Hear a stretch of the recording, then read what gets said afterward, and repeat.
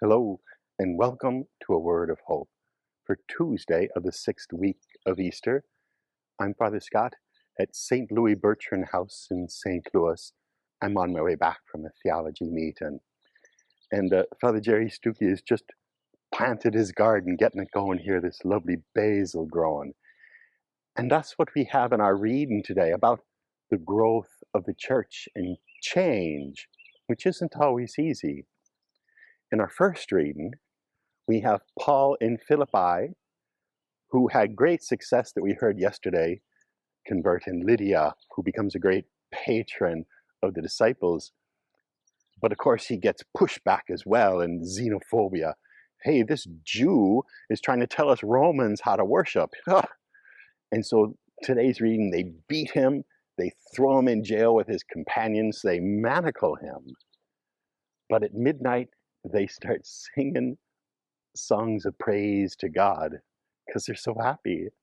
And God sends an earthquake, and the doors of the jail fly open, and the manacles fall off of their legs. And the jailer, when he notices it, comes in and sees that it's all open, and he's going to kill himself because he's lost his charges. And Paul says, "No, wait, we're all still here." And the jailer can't believe it. He didn't go.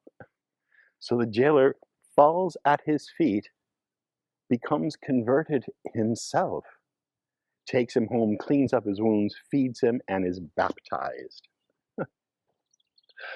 And then in our gospel, we have a different reading. We're still in the last discourse, but Jesus says, "What, you're all so sad because I'm going? I have to go so that you get the Holy Spirit, which will teach you everything and show you. Then you'll see that I was right and they were wrong. So don't be so sad. Change. It's difficult, but it's good for you." Why didn't Paul leave the jail when the doors came open and the chains fell from his legs?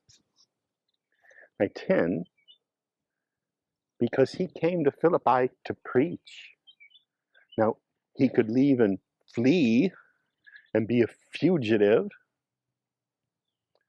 or he could stay and say, "No, God will protect me. God can do this. God will protect me. I came to preach, and I'll stay until I preach."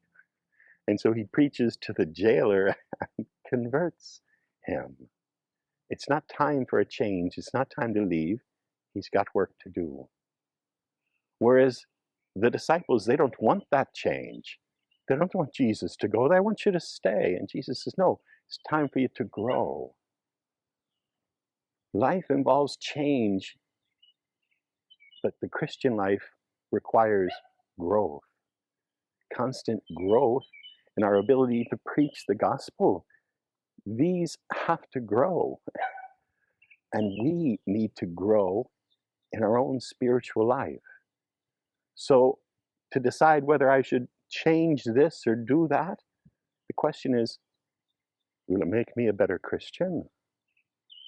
Is that change growth for the better? Or am I just trying to avoid something that maybe I shouldn't really avoid? Something to think about. God bless you.